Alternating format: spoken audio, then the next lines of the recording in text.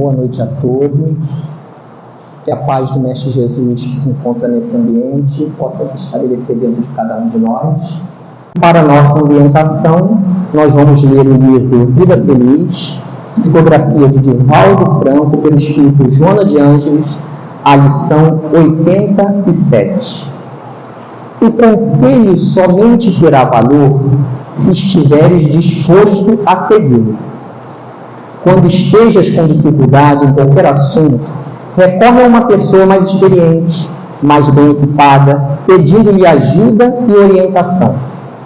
Todavia, não leves a tua própria opinião, tentando prová-la verdadeiramente. Ouve com cuidado, reflexiona e depois toma a decisão que te pareça mais acertada. Por outro lado, não faças ouvidos moucos às orientações e conselhos que te deem ou que busques. Examina tudo e retém o que é bom, ensina o apóstolo em nome do bem. Vamos orar. Senhor, nosso Deus e nosso Pai, querido Mestre Jesus, amigos espirituais mentores desta casa, mais uma noite, Senhor, estamos aqui para te agradecer a oportunidade da vida, a oportunidade que nos concede, Senhor, de ser útil, de servir, de trabalhar no bem, que possamos receber da nossa irmã que dará o ensinamento da noite, tudo aquilo, Senhor, que precisamos ouvir. E todos que aqui se encontram, encarnados e desencarnados, todos aqueles que não puderam chegar, Senhor, recebam as energias e a luz deste tempo de amor e caridade. Que a tua luz e a tua glória esteja sempre conosco, hoje, agora e sempre. Graças a ti, Senhor. Nós vamos convidar agora a nossa irmã Simone para a divulgação da Ordem Espírita. Boa noite, queridos. O livro que nós trazemos essa noite se chama Luz Imperecível. E é uma obra que ela foi organizada pelo movimento para aprofundar o estudo do Evangelho à luz do Espiritismo. E esse projeto, ele começou com a união da edição da SEB, que é a editora, e a União Espírita Mineira. O interessante desse livro é que ele tem, além do prefácio, da apresentação do prefácio, ele tem 214 mensagens. E essas mensagens, elas são feitas com textos do Novo Testamento.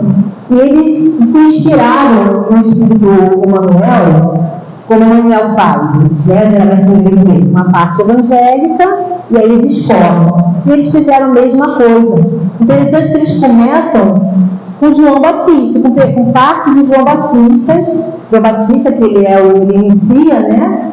Ele é o precursor do Cristo, e ele começa a trazer essas mensagens que são belíssimas.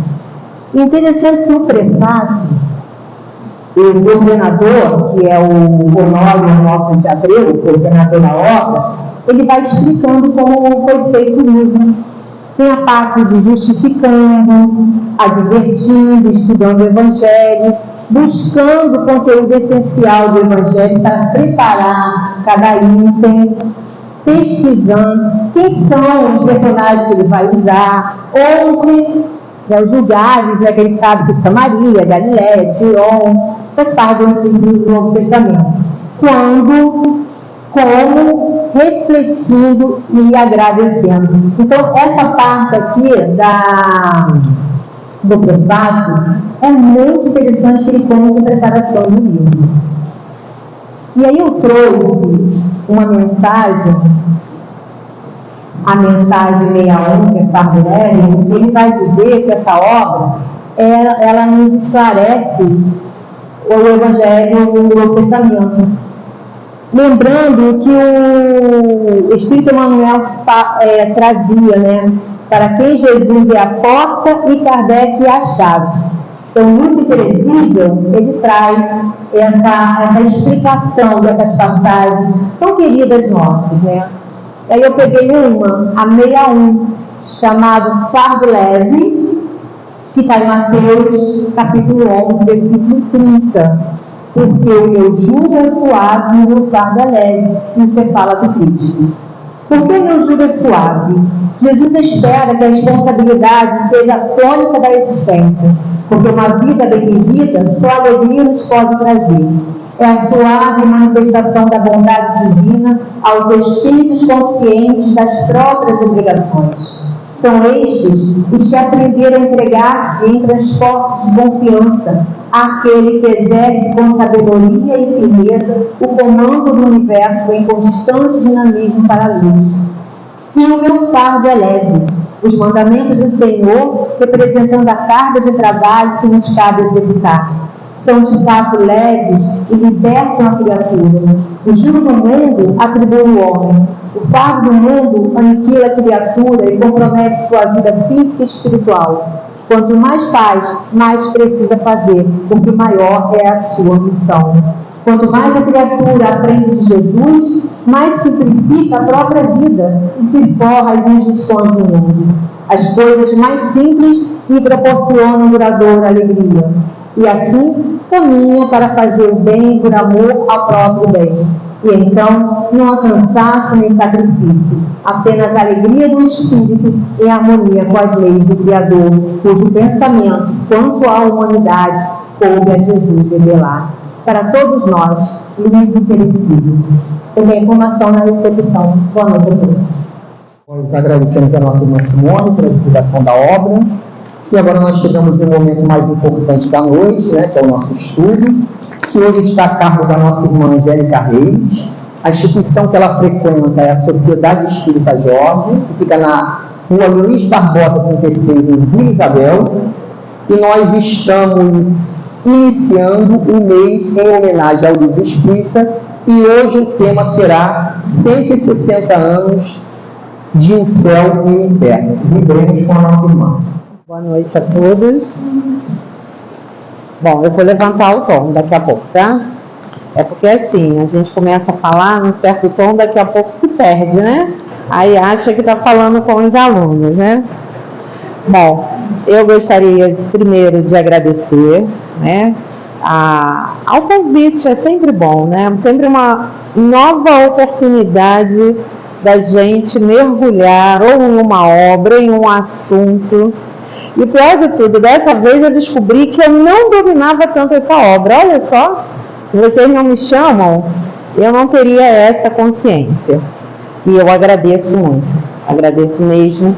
Peço a Deus, aos amigos espirituais que continuem abraçando a causa que vocês abraçaram, fortalecendo-os nessa proposta, que é a proposta da gente aprender e crescer. Mas vamos ao assunto. Quando eu estava diante da ideia da construção dessa conversa, porque a ideia da palestra é a ideia da construção de uma conversa onde eu tive a oportunidade de ter acesso ao tema primeiro que vocês. É isso. E aí a gente passa, então, a pensar como nós vamos conduzir esse assunto de maneira que a nossa emoção, a nossa compreensão, o nosso entendimento daquele assunto permita que o outro se sinta convidado a também a conhecer. Se sinta convidado a ir buscar a obra da mesma maneira que eu tive a oportunidade de buscá-la. E aí a gente pensou no seguinte, ok, vamos falar sobre o livro Céu e Inferno, vamos falar que ele está conosco há 160 anos, mas ele está conosco por quê? E aí eu fui pensar sobre isso, né? Porque o que pode ter motivado a espiritualidade amiga a trazer a nós essa obra? E aí fomos a Jesus, vamos lá lembrar que nós temos uma relação, ou devemos estabelecer uma relação muito íntima com as leis divinas. Alguém vai dizer assim, mas Angélica, as leis divinas funcionam, independente se eu tenho consciência ou não. Opa, mas nós já temos a consciência de que as leis divinas, elas são para que a gente possa estabelecer uma relação muito mais saudável conosco, com o próximo e com Deus. E aí a gente lembrou exatamente dessa passagem. Já é uma realidade para todos nós que Jesus resumiu a lei a partir dessas 3 ações: amar a si mesmo, amar ao próximo e amar a Deus. E podemos entender que, quando ele nos apresenta essa lei, é como se ele estivesse descrevendo a todos nós quais são os degraus que nós precisamos subir. Então, eu preciso subir o degrau da consciência de quem eu sou, respeitar o meu corpo, reconhecer quem eu sou enquanto espírito, compreender que nós aqui estamos numa proposta de aprendizagem, de crescimento, de desenvolvimento desse espírito que cada um de nós somos. E que para esse desenvolvimento nós precisamos um dos outros. Nós não conseguimos crescer, amadurecer sozinhos. E a vida corpórea deixa isso muito claro para a gente. Nós nascemos crianças, bebês, totalmente dependentes, vamos ganhando autonomia, chegamos à adolescência, nos tornamos adultos, mas é sempre um norte, um elemento importante a todos nós, as relações. Não podemos abrir mão das relações. Quando somos crianças, somos totalmente dependentes. Quando nos tornamos adolescentes, ainda estamos naquela construção da nossa identidade, da nossa personalidade, mas continuamos necessitando de orientações, necessitando de exemplos, ou seja, precisamos das relações. Quando nos tornamos adultos, diante dos desafios, diante das necessidades de cuidar do outro, porque ganhamos esse dever de cuidarmos de nós e cuidarmos do outro, vamos percebendo que precisamos ainda de orientação, de suporte, de uma palavra amiga. Ou seja, estamos todos caminhando para essa ideia de que precisamos nos desenvolver de maneira que a gente reconheça a ação do próximo na nossa vida e a ação de Deus. E aí, diante disso, a gente pensa, então, ok, já sei tudo isso, o nosso problema está resolvido. O pior que não, porque nós sabemos que há 2000 anos, na verdade até muito mais, né? Porque o Cristo, ele concretiza a lei, mas nós sabemos que as ideias cristãs, ou melhor, a ideia da relação com Deus faz parte em tantas outras filosofias religiosas. E mesmo com a presença do Cristo, nós tivemos algumas dificuldades.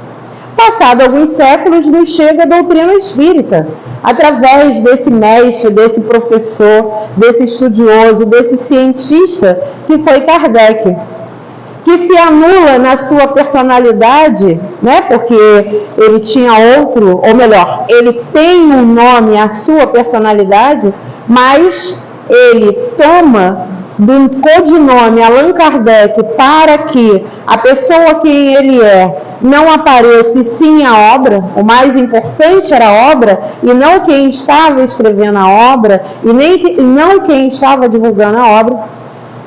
Através desse trabalho desse homem, nós temos a doutrina espírita, que se apresenta no primeiro momento, ou melhor, que se concretiza no primeiro momento, através do Livro dos Espíritos, que contém o que é essencial a todos nós. Se queremos conhecer a doutrina espírita na sua essência, estudamos o Livro dos Espíritos. E aí nós vamos, então, percebendo que essa obra vai nos dar o alicerce básico. O que é básico da doutrina espírita? Está lá. Imortalidade da alma, relação com Deus, né? As leis morais, esperanças, né? As consolações, as esperanças, as penas, está lá no Livro dos Espíritos. Mas nós sabemos que, ao nos aproximarmos da doutrina espírita, nós estaremos no primeiro momento tendo acesso realmente ao que é essencial. Então, o Livro dos Espíritos traz o que é essencial, atendendo a nossa necessidade moral, atendendo a nossa capacidade intelectual, porque novas ideias chegam, porque o campo já estava pronto para receber aquelas sementes. Mas o trabalho desse homem se intensifica. E a partir do Livro dos Espíritos, que tem 4 partes, nós teremos geradas novas 4 obras, que vão aprofundar aquilo que o Livro dos Espíritos nos coloca como sendo a nossa base, o nosso alicerce. E é justamente nesse momento que nós teremos a publicação do livro O Céu e o Inferno. E é interessante que o livro O Céu e o Inferno, ele vai atender aos nossos questionamentos. Porque diante da certeza de que Deus é a causa, de que Deus é infinitamente bom e justo, de que Deus não é matéria, ou seja, Deus não possui os sentimentos que nós possuímos. Mesmo quando a gente fala, aconteceu alguma coisa, foi vontade de Deus, essa vontade de Deus não tem nenhuma relação com o que nós conhecemos como desejo, como a forma comum que nós utilizamos esse vocábulo vontade.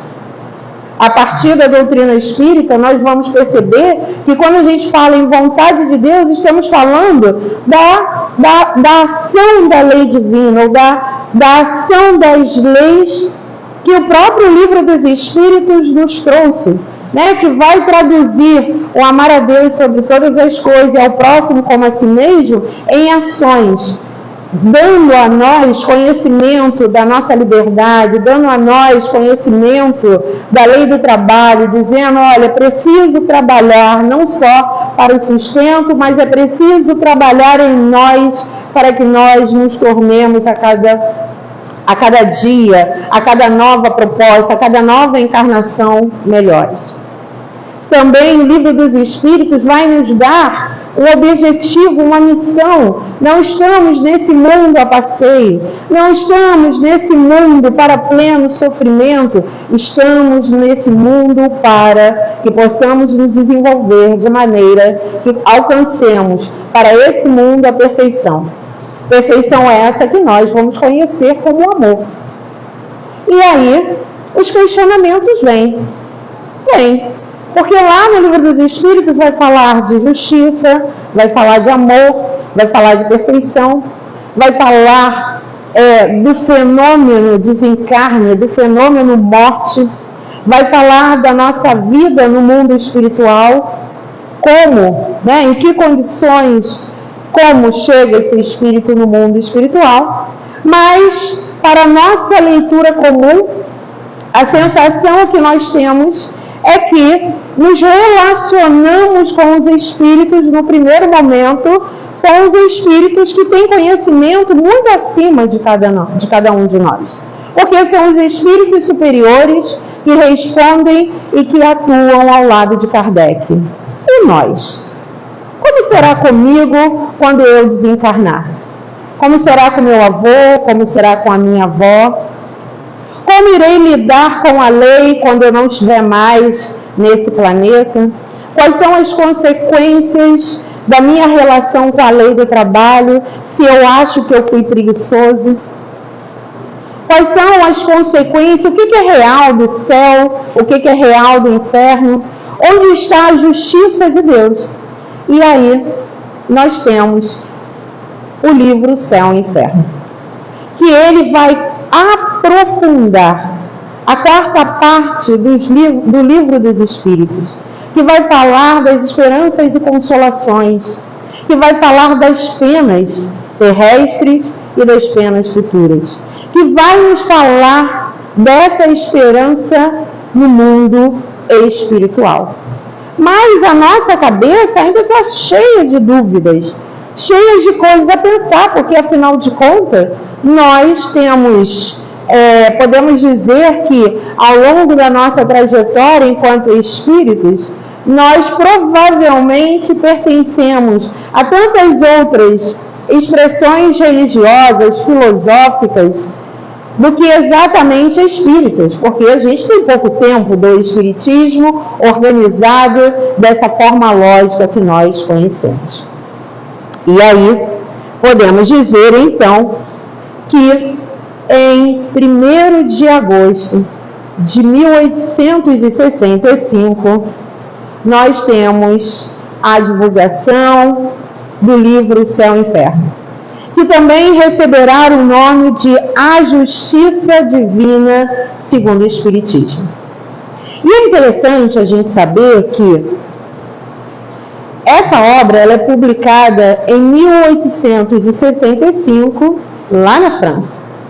Para ela chegar até o Brasil, ela levou 10 anos. Ela só chega ao Brasil em 1875, agora eu vou ler quem é a pessoa, através do Joaquim Carlos Travassos, que mantinha relações de amizade com um dos dirigentes da... Eu acho que eu estou nervosa, nem tinha percebido isso, mas estou sentindo que eu estou um pouquinho nervosinha, mas vai passar, é assim mesmo. Nervoso significa compromisso de você querer fazer certo. Então, ele se relacionava com um dirigente da sociedade parisiense e ele teve acesso aos manuscritos, aos escritos, ao livro O Céu e o Inferno, na sua linguagem original, que era a linguagem francesa. E ele ele convida alguém para fazer a tradução. Eu fiquei pesquisando, mas eu não encontrei quem foi o primeiro tradutor da obra. E por que eu trouxe a ideia da primeira obra? É que só bem depois a FEB vai traduzir a obra O Céu e o Inferno. Já próximo de 1900, em torno de 1904, durante um bom tempo, a tradução que se tinha do livro O Céu e o Inferno era essa tradução. E na primeira edição desse livro, tem um prefácio, que aí eu fui buscar, maravilhoso. E quando eu estava pesquisando, eu fui olhar a minha obra e ela não tem esse prefácio. Mas o prefácio é maravilhoso, porque é Kardec apresentando a obra. Na versão, traduzida a partir da FEB, ela traduz a partir da 4ª edição. E na 4ª edição não tem mais esse prefácio. Hoje, recentemente, eu fui procurar saber, já se traduz com o prefácio. Os últimos autores já têm colocado o prefácio. Mas a minha edição, que é de 2004, não tem o prefácio. E aí é interessante, nesse prefácio, que Kardec realmente apresenta a obra. Porque quando nós abrimos o livro O Céu e o Inferno, lá na página de rosto, Kardec vai nos dizer o nome da obra e vai dizer para a gente o seguinte: olha, você vai ler esse livro e ele vai tratar disso. Ele vai tratar do exame comparado das doutrinas sobre a passagem da vida corporal à vida espiritual. Ele vai tratar da nossa da nossa transição do corpo físico para o mundo espiritual. Só que a gente precisa lembrar que várias doutrinas, seja elas materialistas, sejam elas religiosas, tratam dessa passagem, muitas das vezes, de uma forma muito sombria, muito dolorosa, muito difícil. E Kardec, no livro Céu e Inferno, ele vai tratar, não floreando, mas dizendo exatamente o que é.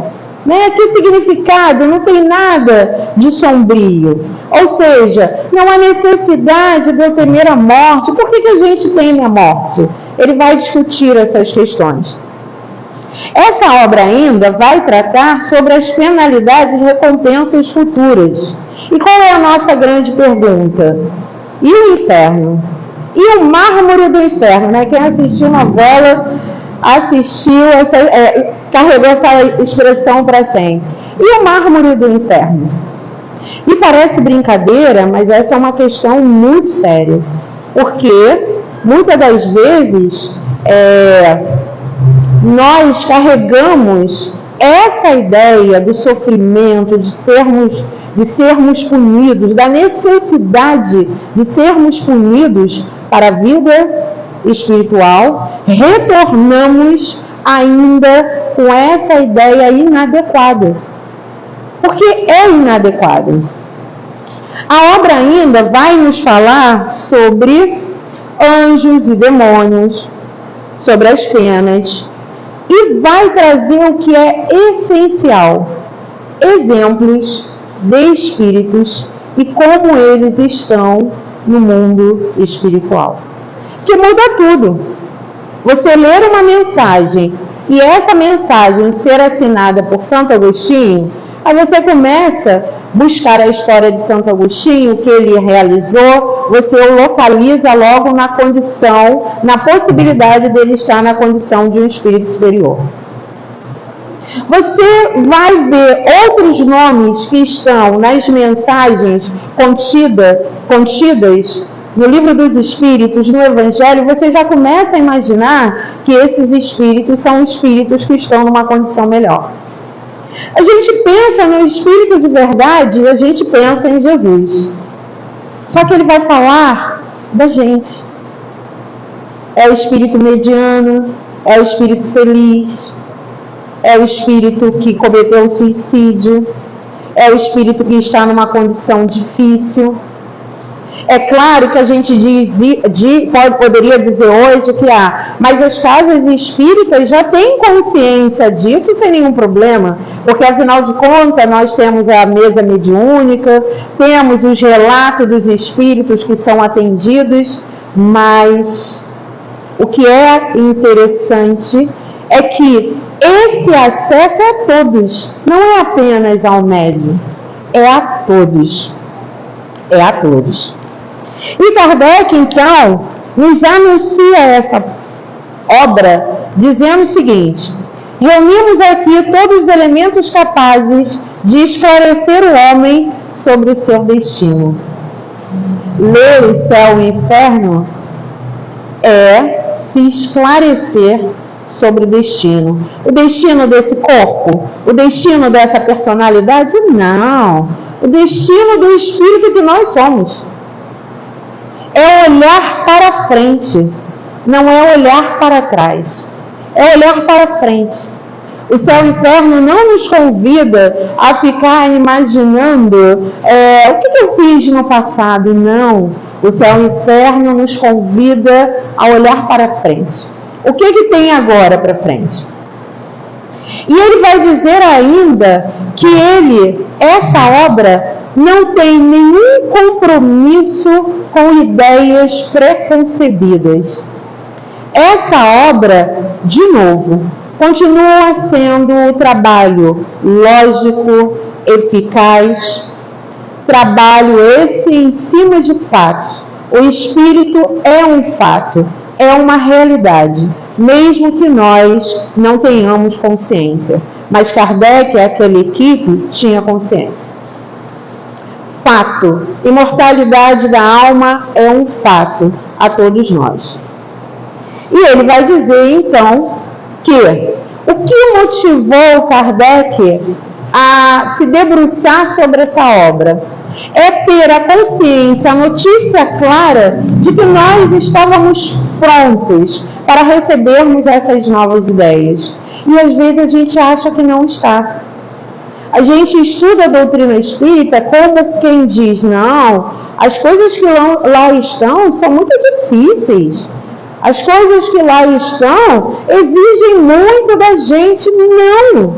Em 1865, Kardec está dizendo que a Terra estava preparada. A Terra somos nós, tá? Não é a Terra planeta, não. Lembra que Jesus disse, o semeador saiu a semear? E que na sua jornada ele encontrou diversos solos, diversos tipos de solos? É Kardec dizendo, nós estamos prontos para compreender, para entender esta obra. Por quê? Porque esta obra vai nos apontar a nossa relação com Deus. Como a justiça divina é exercida na nossa vida. Como lidar com as consequências da justiça divina? Como lidar com essas consequências? Como lidar com as consequências das nossas ações? É isso que ele vem propor. Então, a obra O Céu e o Inferno vem nos propor ações. Nós sairmos da condição de espectadores e agirmos. E dizer como nós podemos agir. E aí a gente vai falar da obra, né? A obra O Céu e o Inferno é uma obra dividida em duas partes. A primeira parte tem o nome, vai ser intitulada como doutrina. Por quê? Porque ela vai tratar exatamente disso. Ela vai tratar do porvir, do nada. Ela vai tratar da morte. Ela vai tratar do paraíso, né? A gente ouviu falar tanto do paraíso. Ela vai falar do céu, do inferno. Ela vai falar dessa lei, né? Do que é a justiça divina, como ela se expressa. Ela vai falar dos códigos necessários para que realmente a gente possa desenvolver. E ela vai trazer para a gente o que é essencial. No cristianismo, como todo, nós temos como base o arrependimento. O arrependimento, ele até se apresenta antes do próprio Cristo.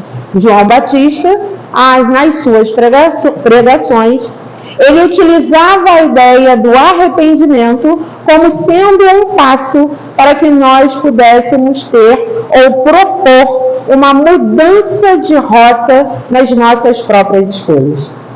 E boa parte das interpretações da justiça divina está alicerçada no arrependimento. No geral, a segunda parte, ou seja, a segunda ação após o arrependimento, seria a ideia da punição. É quando entra a ideia de inferno, quando entra a ideia dessa punição infinita, onde nós passamos a conflitar com a proposta de um Deus justo e soberanamente bom. Porque não dá para imaginar que nós, entendo, amigos, família, tendo filho, eu terei condições de conquistar um espaço onde eu serei agraciada pela felicidade plena e tem alguém que eu amo profundamente e com ações equivocadas ele terá como resposta, como consequência da lei, ele terá a punição eterna. Isso é algo que sempre ficou na nossa mente e olha o que é interessante. A doutrina espírita, ela vai trazer nessa relação com a justiça divina um outro princípio, que é o princípio da reparação. Nós não veremos com tanta clareza o princípio da reparação como sendo o princípio da nossa relação com Deus e conquista de um estado melhor. Mesmo quando nós temos a ideia da reencarnação, né? E quando eu falo a ideia, porque ela não é apenas reencarnação, é uma realidade, mas não é uma temática que dependa ou que seja de propriedade da doutrina espírita. Existem outras filosofias que falam da reencarnação. Mas, no geral, apresenta a reencarnação, por exemplo, como sendo uma ação de punição. E, no entanto, nós vamos perceber que a doutrina espírita ela não coloca a reencarnação como punição. A reencarnação é um processo natural, necessário ao espírito para que ele possa avançar. O que acontece é que, ao longo da nossa jornada, nós cometemos alguns equívocos, é claro, e nós também temos conquistas afetivas, conquistas morais.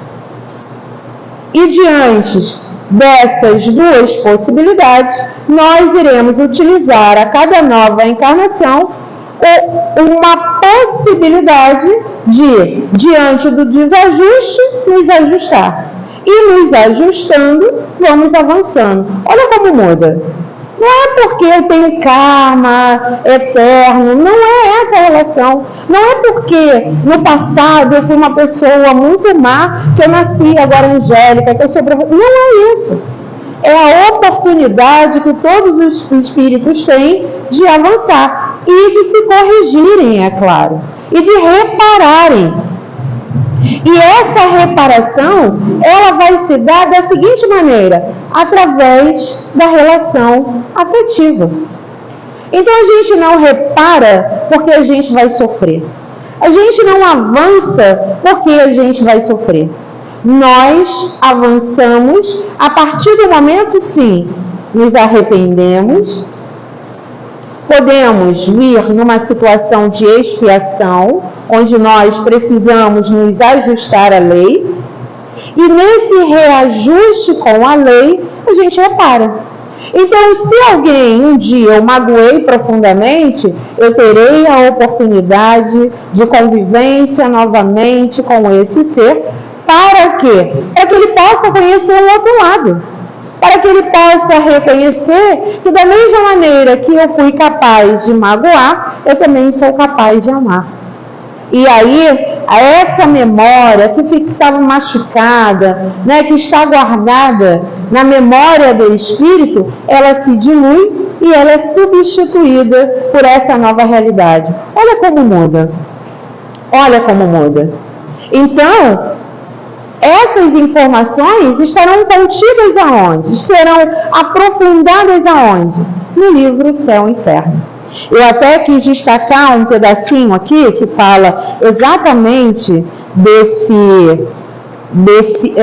capítulo que vai trabalhar as penas futuras, que vai trabalhar o Código Penal da vida futura, e tem uma parte que ele vai dizer para a gente o seguinte: ele vai dizer que o arrependimento, conquanto seja o primeiro passo para a regeneração, não basta por si só. Foi o que eu falei antes. São precisas a expiação e a reparação. Arrependimento, expiação e reparação constituem, portanto, as três condições necessárias para pagar traços de uma falta e suas consequências. E, gente, isso traz reflexões. Lá no Evangelho segundo o Espiritismo, vai nos dizer que as aflições atuais, elas podem ser fruto do nosso passado, mas elas podem ser fruto da nossa atualidade. Então, se estamos em alguma situação muito difícil, nesse sofrimento que não termina nunca, nós precisamos mudar a chave. Estamos lendo a vida de alguma forma equivocada, porque não estamos no mundo para sofrer. Proposta de vida ao espírito no corpo não é sofrimento. Mas, Angélica, há pessoas que chegam numa condição tão debilitada, sim, mas isso não significa sofrimento eterno. Nós sabemos que diante das dificuldades, mesmo diante da dor, há possibilidade de lições. Há possibilidade de lições, há possibilidade de, no momento de intensa crise, você tirar alguma coisa positiva. Eu fico lembrando, às vezes tem alguns relatos, de pessoas que se deparam com a doença como câncer, que ainda pra gente é uma doença muito dolorosa, muito debilitante e tudo mais. E às vezes a gente percebe em relatos que pessoas, diante de um diagnóstico como esse, faz uma reflexão e muda completamente a vida. Passa a reparar que o sol é lindo, é amarelo, mas que tem umas nuances de cores diferenciadas. Passa a valorizar um dia em frente ao mar. Passa a valorizar um bom dia, um café da manhã com a família. Passa a valorizar tantas coisas. Está na dor, está no sofrimento. mas está lendo aquela situação também como oportunidade de modificações. E há pessoas que, diante de um diagnóstico, começa a fazer a listagem de motivos pelos quais ela está passando por aquela situação. E geralmente encontra na vontade de Deus, equivocadamente, o motivo. Não é vontade de Deus. É uma necessidade nossa. Que hoje, graças a Deus, eu vou usar esse termo mesmo, ao esquecimento do passado, que é um presente a cada um de nós, nós nem sempre podemos lidar com a real ou com a motivação real para a gente estar passando por aquela dor. Mas isso não significa que tenhamos que sofrer. Isso não significa que tenhamos que carregar a nossa vida apenas como um grande fardo. Nós temos sempre a oportunidade de crescer. Vida física é uma oportunidade de desenvolvimento. Sem sombra de dúvidas. Sem sombra de dúvidas. Então, a primeira parte, ela nos convoca exatamente a isso. A gente reconceituar a nossa relação com Deus. Reconhecendo que céu e inferno nunca foi um espaço, e sim pode ser uma condição da alma. Uma condição de sentimentos, uma condição em que nós nos colocamos. Em muitos momentos, nós nos colocamos numa condição de intenso inferno. E mesmo que tudo à nossa volta esteja como um jardim, porque nós não estamos bem. E às vezes, nós estamos em meio ao caos e conseguimos alcançar o nosso céu. Porque nós compreendemos, ou buscamos compreender, que tudo passa. Tudo passa. Tudo nessa vida física passará. O que ficará? As nossas relações, as nossas lembranças, os nossos sentimentos, o que nós construímos por dentro. E aí vem a segunda parte, que é a proposta de Kardec de nós lidarmos com os relatos dos espíritos. São os espíritos falando de suas situações. Como eu estou? Eu que fui uma dona de casa, que desenvolvi as minhas tarefas cotidianamente, como eu estou? E é interessante que nessa busca, né, de compreender o livro Céu e Inferno, e principalmente tentar organizar a mente para que a gente possa reproduzir de forma que ficasse atrativo, a gente percebeu, e há falas de alguns pesquisadores dizendo que, de uma forma muito consciente, tanto no Evangelho segundo o Espiritismo, como na obra O Céu e o Inferno, Kardec não colocou nas mensagens que tem cunho de aprendizagem, né, na primeira parte, a assinatura dos espíritos. Para que ele pudesse, na segunda parte, diante daqueles relatos, e alguns espíritos, o nome que lá está não é nome, são os pseudônimos, mas as histórias, as pessoas conseguiam se ver. E muitas das pessoas que liam aquelas histórias, e a gente está falando de Paris de 1800, né? A gente não está falando dessa cidade enorme que é hoje, né? Apesar de a época também ser uma cidade grande. As pessoas liam o relato do espírito e conseguiam, às vezes, fazer a relação com alguém que ela conhecia, até porque qual é a forma que ele utilizava? Algumas vezes ele evocava espíritos que tinha-se a notícia que ele havia desencarnado. E aí, trazendo essas notícias, né, e não dando foco nos espíritos superiores, nós teríamos melhor condições de nos percebermos. De nos percebermos nas nossas diversas fases. Eu sei que a gente não deve falar relatos pessoais, apesar que não é o meu relato. Eu participei, infelizmente, de um funeral de uma pessoa que havia se suicidado. E o foco não é o suicídio, eram os familiares, né? E foi um dos funerais mais difíceis. Funeral é sempre difícil, né? Sepultamento é sempre difícil. Mas esse foi um dos mais difíceis que eu presenciei. E aonde eu identifiquei a dificuldade? Porque os familiares, eles não tinham essa noção da imortalidade da alma como ela se dá. E ficava bem claro a angústia da certeza de que aquele ente querido iria para um sofrimento eterno. A angústia entre as pessoas, a gente percebia, era nesse sentido.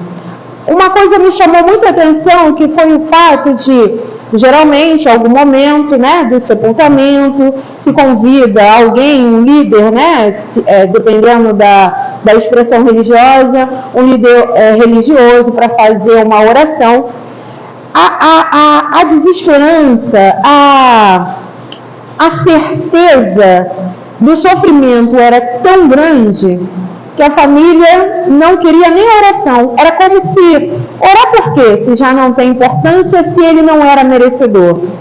E lidar com esse sentimento de ver naquele seu ente querido não merecimento da ajuda, do consolo, do apoio, do acolhimento divino, era o maior sofrimento daquelas pessoas. E aí eu fiquei pensando, eu lembro que à época eu fiquei pensando isso, quer dizer, você não chega, as pessoas vão dizer, olha, eu sou espírita, eu sei que é assim, não. Você respeita o ambiente que você está e você faz uma oração. Mas naquele momento, eu me senti tão feliz de imaginar, eu desculpe falar o termo, é um relato triste, porque eu fiquei imaginando se a minha família estivesse naquela situação, a nossa dor seria a dor do desencarne, da ideia do equívoco, né?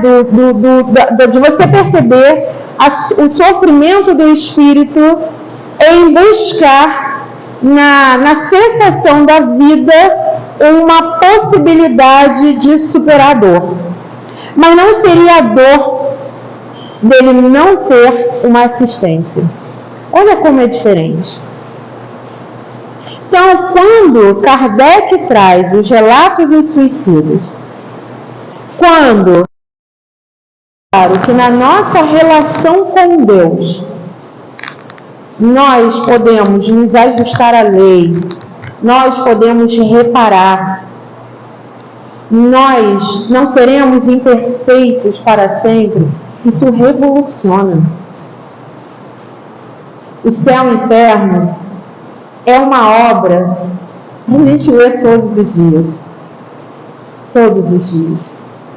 Porque o Céu e o Inferno, ele vai nos trazer um banho de esperança.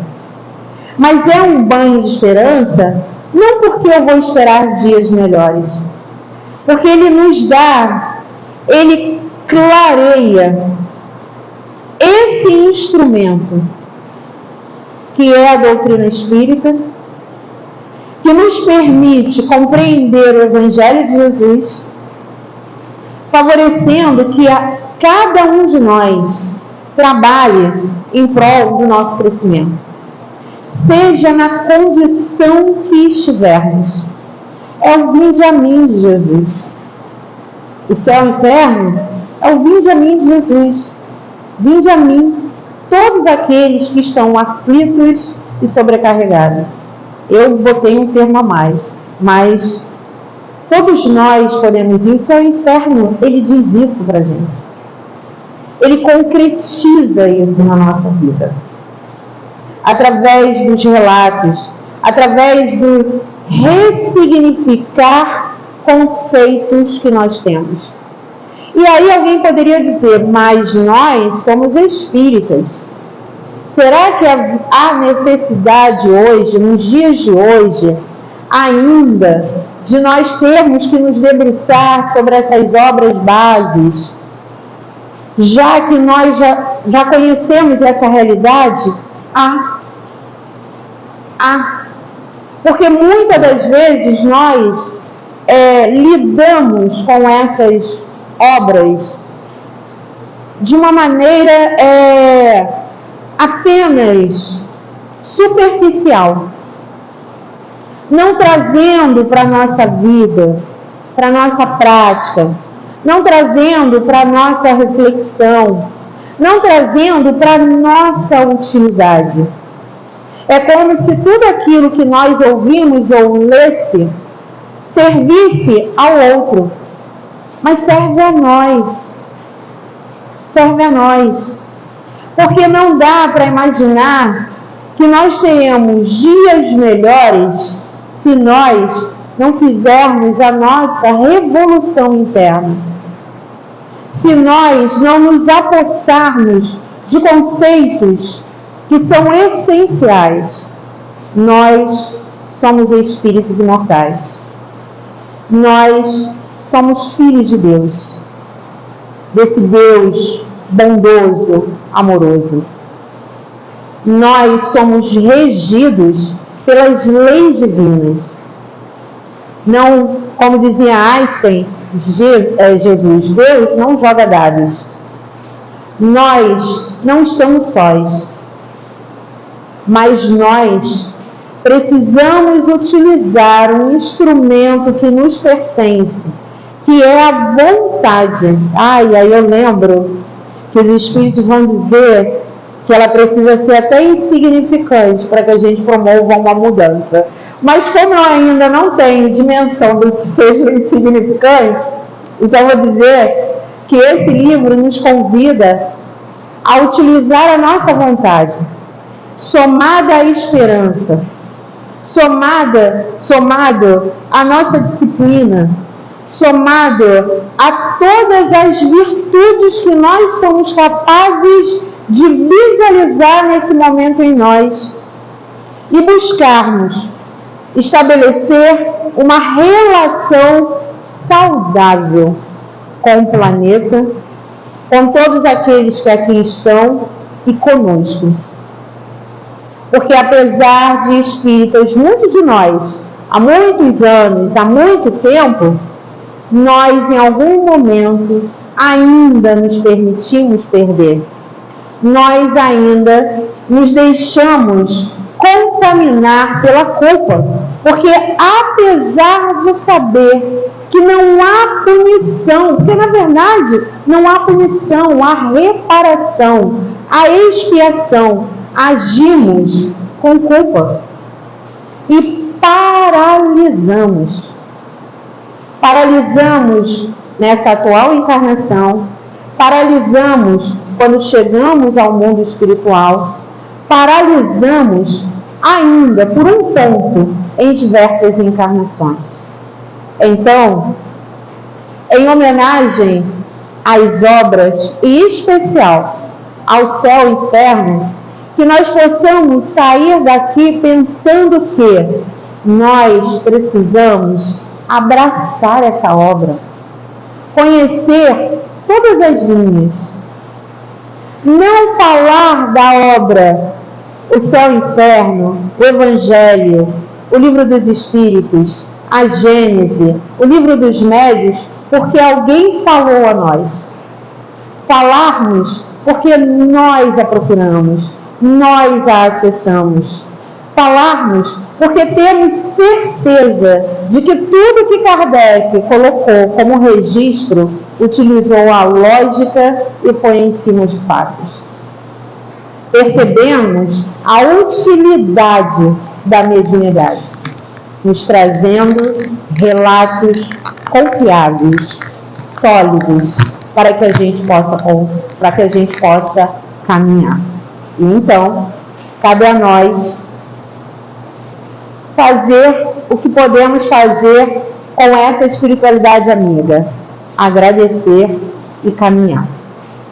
Que Allan Kardec, porque ele é um espírito imortal como nós, então ele é capaz de sentir as nossas vibrações, a ele toda a nossa gratidão.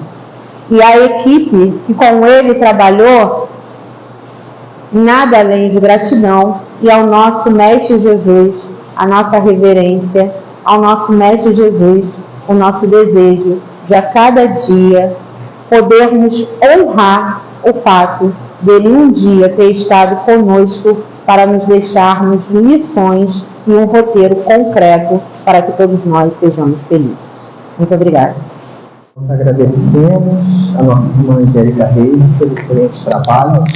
Senhor nosso Deus e nosso Pai, na grandeza do Teu amor, te pedimos, Senhor, nos ampare, nos envolva, que possamos deixar aqui, Senhor, o nosso sentimento, as nossas angústias, as nossas lágrimas.